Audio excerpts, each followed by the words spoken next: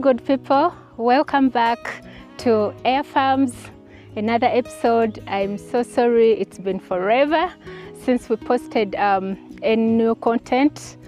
There have been a few ups and downs, but that's life. We are back, we are happy to be here, and we keep moving irrespective of what's happening. We keep moving, we keep pushing forward, and we are committed to this venture. We are committed to farming as the youth. We are committed to farming as Ugandans in the diaspora. We are committed to farming as Ugandans here in Uganda. So welcome back again to Aire Farms, and today I'm going to talk about a very interesting topic: how to increase profits on your farm. Especially, we'll be specific in goat farming. The first point you have to consider is breed selection. You have to be very, very intentional about the breed you select. Here in Uganda, we have our local breeds, for instance, the Mubende breed, and it has its advantages, resistant, and all those other things. But the problem is the maturity rate. How quick does it mature for you to get it on the market? A typical Mubende, at birth, it's going to take you 2 years before it can reproduce.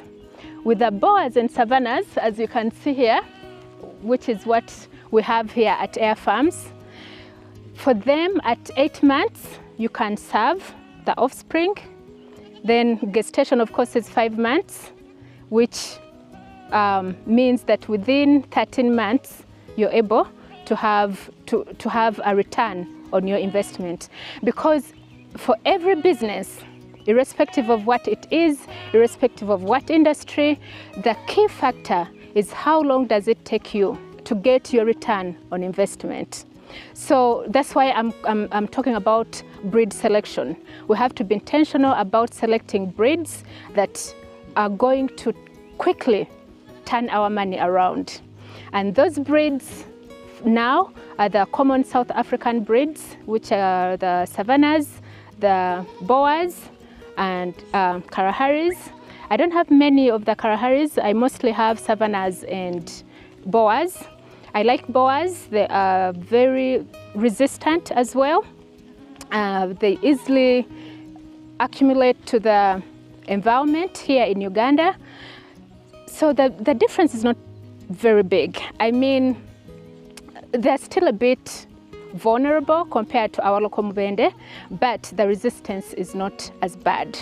So breed selection is very, very important, and I cannot emphasize it enough. We need to, it's something that you need to consider. The second point is care and management. Under care and management, we have very many other parts that go hand in hand with it. One is package management. One thing you have to realize and to learn and to take note of when it comes to goat farming, your offsprings are your profits. So if you take good care of your offsprings, that means that you're making money. But if you're losing kids, if you're having a very high kid mortality, it means you're not making money.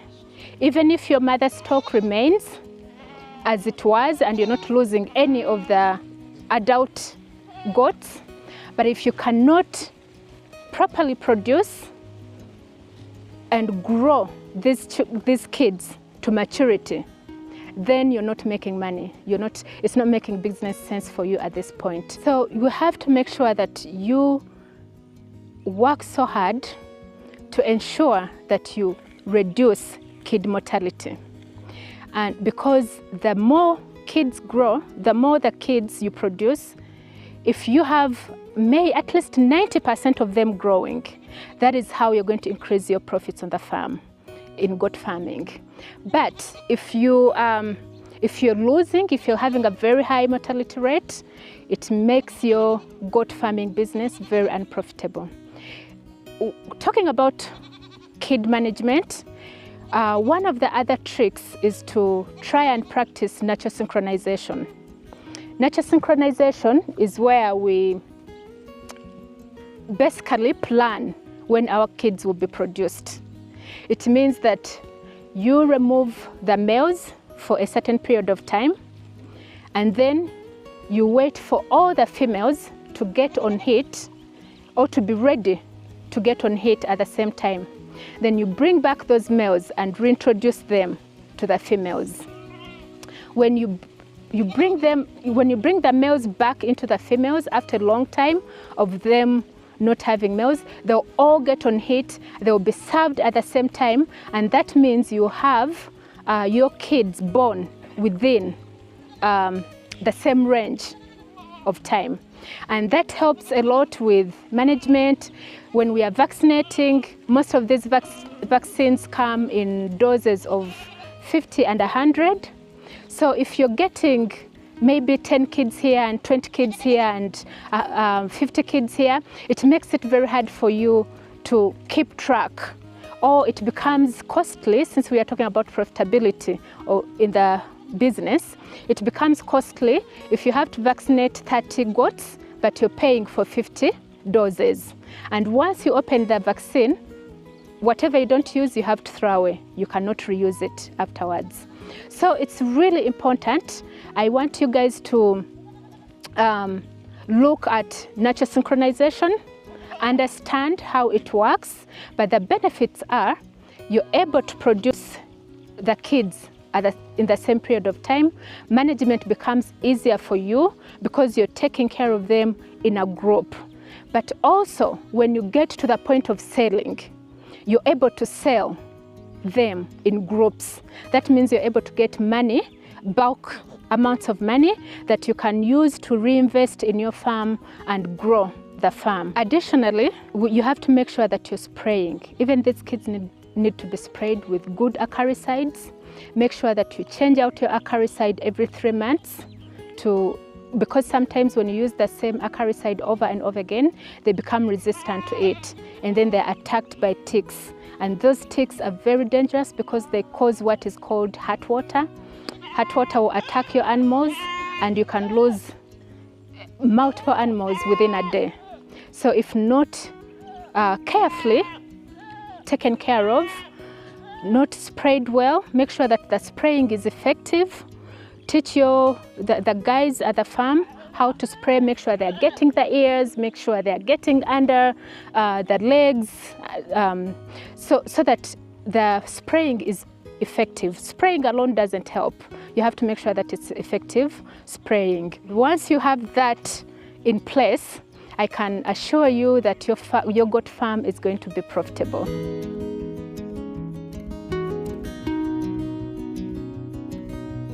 Another factor to consider if we want our farms to be profitable is hygiene. Hygiene is very important because if you are not clean, if your farm is not hygienic, you're going to constantly have cases of diarrhea. And of course, you know that diarrhea leads to death. And once you keep losing animals, you're cutting down on the profitability of your farm. So that's very, very important. Poor hygiene also compromises immunity for the animals. When you look at the animals that are living in a poorly hygienic area, you see that even their skins don't look good. For instance, let's look at this lady here. They're running away.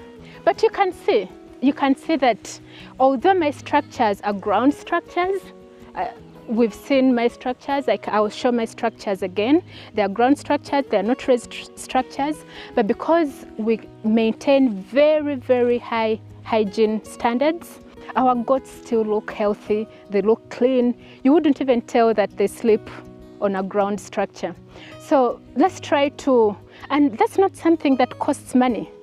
It's just a concept that you put emphasis on, and it can make a big difference. I mean, day and night difference, it will make. So that is a very big factor. This right here, the animals were in already this afternoon, and they've left to go for the afternoon grazing. But you can see, this means that it's cleaned every single day. that you don't have to be told that this pen is cleaned every single day. You can tell from the look. Let's look at our water troughs. I think, look at this, guys. I mean, the water is so clean. So although there are going to be cases where we get some outbreaks, at least one thing I know is that whatever outbreak we get is not going to be a result of poor hygiene. The animals are sleeping in a clean area, drinking very clean water. I mean, look at the drinking troughs, you know. So let's try to at least take care of the things that we have control over, and then those that we don't have control over, we leave to God. But at least for something like hygiene, you have 100% control. It doesn't cost money. It just needs training your guys to understand when and how to clean. As I mentioned, guys, our structures are ground structures. They're not raised. The only part that's raised in our structure is that of the kids. And there's something I want to show you in the kids' pen.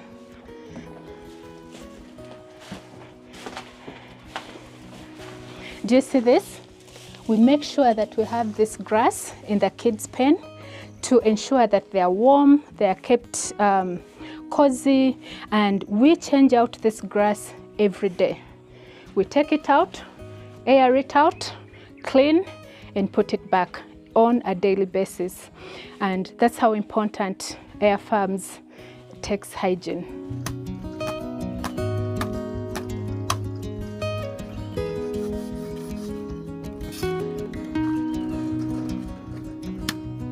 Another factor that would lead to profitability of your goat farm is nutrition and feeding. You have to make sure that your animals are getting a balanced diet, if I'm to say. For those of you that are free-ranging, one of the things you have to consider is when you're selecting your land, goats are mainly browsers. I think if you can see around, look at those ones. The one on the Kasana, that one is browsing. They prefer browsing. As you can see, they prefer eating from up than eating from down.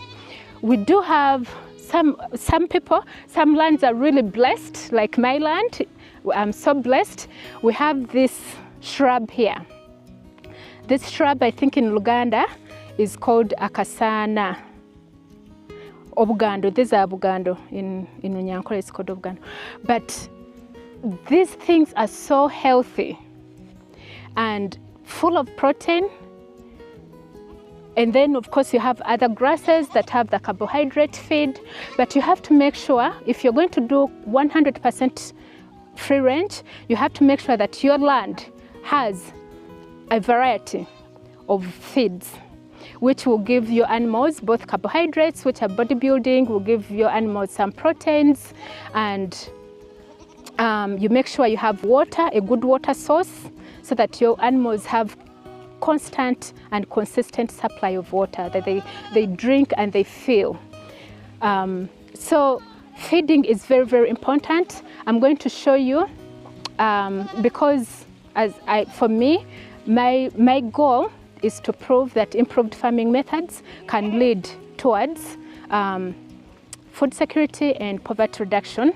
And one of the things that we can improve our farming methods is to get away a bit more from the traditional grazing methods.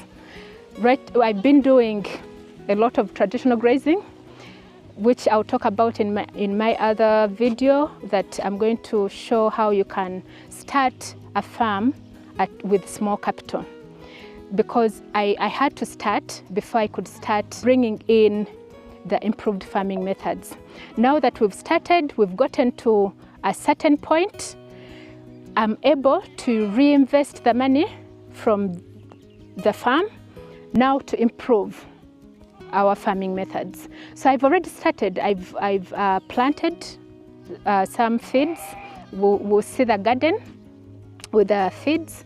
I'm going to make sure that now I start moving from the intensive zero grazing, from the free ranging to now I'm going to start doing more of a half and half free ranging, and then we do some zero grazing so that when the animals can go out in the morning, eat, then come back and also still eat. Right here, you can see this garden we've started planting. This is our feeds garden. We have sugar graze, we have alfalfa, and we are also putting super napier. So eventually we'll be able to make hay and make silage so that we have feeds throughout the year. This area specifically, this area in Kayunga gets very, very serious dry spells. So when we start doing this, we are preparing for those dry spells so that when they come, we are sorted food-wise. Our feeds garden right now is on 5 acres for now, but our goal is to keep growing so that we have a consistent supply of food throughout the year, irrespective of the season of the year. Another factor to put in place in order for your farm to be profitable is to keep very good records. Record keeping is very important because it shows you, you're able to trace, am I making profits? This production, we produced, let's say 100 kids. Then you're able to review maybe 3-4 months later. You're like, okay, we had 100 kids. How many kids do we have now? If you lost more than 20% of your kids, then you have to go back to the drawing board and evaluate and investigate to see what led to such high mortality in kids. And then you're able to go back and fix those areas in order for you to make sure that you're being profitable. Because it doesn't make sense being in business if you're not making profits. So that's why I really felt the need to share these concepts and these points so that we can try, all of us can try to mitigate our whatever we are dealing with on the farm and ensure that we are making a profit at the end of the day. And last but not least, there are so many other things, of course, we can put in place to make sure that our farms are profitable. But these are the ones I've shared for now. I'm sure I'll be sharing along the way. But for today, last but not least, is having a well-stocked first aid kit on the farm 24/7. Every time I'm down to like 2 bottles, we restock because these medications are very important. Illnesses come up unannounced. You wake up one morning and all your animals have flu. So you have to have a certain medication to quickly treat them. Heart water comes very suddenly. So are other illnesses. But if you have the basic treatments on the farm, most of the farms are very remote. Like my farm is remote. So by the time we get to the pharmacy, sometimes the vet clinics in our areas and the trading centers are not well stocked themselves. You have to get the drugs from Kampala. So if you have a kit at the farm, it's going to help you. One, you're not going to be running each time you need a drug. You're spending money either on a border or on transportation from Kampala. That eats away from your profit. So when you stock once and you make sure that you have your drugs on site at all times, it's going to save you money in the long run and hence lead to more profitability for your farm. So guys, this is the first aid kit that I was talking about earlier. I just want to show you generally what is in here, but I'm going to have the manager describe each of the different drugs that we have and the purpose of those drugs. So we have this S-dime. This medicine can help us for the diarrhea. If the goat has a diarrhea, when it's an elder goat, you just give it like 3 tablets, just once. You don't need to give it again. Unless when it keeps dilating, you can add after like 3 days when it keeps doing it. Then you give it another 3, it will stop straight away. This is called Dexa. This is Ox 10. So if your goat has fever, you have to use this dose. You take 10 mils of oxten and 8 mils of dexa. The young ones, you can take like oxten, you can take like 5 mils or 3 mils. This one you take like 2 mils, but they have to be together. Then you inject it to see it will be healed quickly.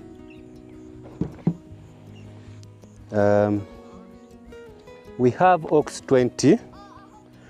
This Ox 20, it helps you, like your goats has like a flu, like what? If you want to prevent before any vaccine, before any type of vaccine, you can use Ox 20. You have to keep inject them like every week. You inject the goat like 4 mils every week for 4 times, which is a month. Then your goat will be healed. They will not be attacked by malaria and this flu. So the goats will be fine. Because any sickness comes in, it will find something this man is fighting to save the goat. So we have this type of deworming. We have liver fast diamond. We use this one to deworm the goats. Every 3 months, you have to deworm your goats.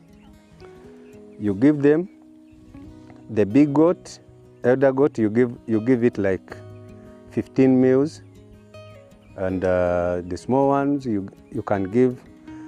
The young ones you can like 2 months, 3 months, you can give 5 mils to 7.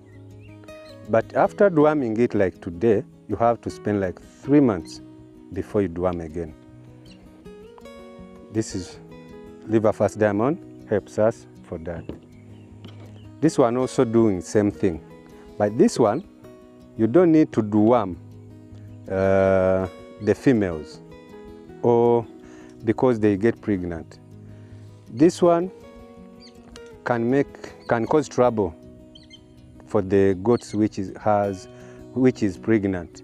This one we just use this one for the males or young ones. We have Genta 100. There is these small goats, the babies. When you have babies 1 week, 2 weeks, they get diarrhea, which is very dangerous. So what you have to do to stop that diarrhea, you just get Ox 10, like 2 mils, and Genta 100, 2 mils, and you give it in mouth, not inject, just in mouth. You give it like 3 days. Every morning you have to be giving in mouth. Then, if you have to wait until like 3 days. If that baby is still dilating, you give it again, like another 3 days. That's what we do to see that we can keep our baby safe. This is called tylosin. You have to be with tylosin and Gentamox and Baclin. So for now, Gentamox and Baclin, we don't have it. It has finished this morning. This tylosin and Baclin plus Gentamox, it helps us for the flu. If your goat has mucus, you have to use tylosin, Baclin, and Gentamox because it helps it quickly. Gentamox killed the other, because you can find your goat coughing in there, it has that big cough. Gentamox helps that. So tylosin and Baclin, they help this running nose. Tylosin and Baclin helps us for that. If your animal has no appetite or is weak like that, this multivitamin can help you for that. Vitamin has no overdose, but at least the elder goat, you can give it like 15 meals every day for 3 days. to give it a full dose, your animal will get appetite, will start to eat, even if it's weak, can start moving because of multivitamin. Pen strip helps for the, like your animal has a wound. If it has a wound or this mouth wounds. That's why we don't take our goats early in the morning when there is dew on grass.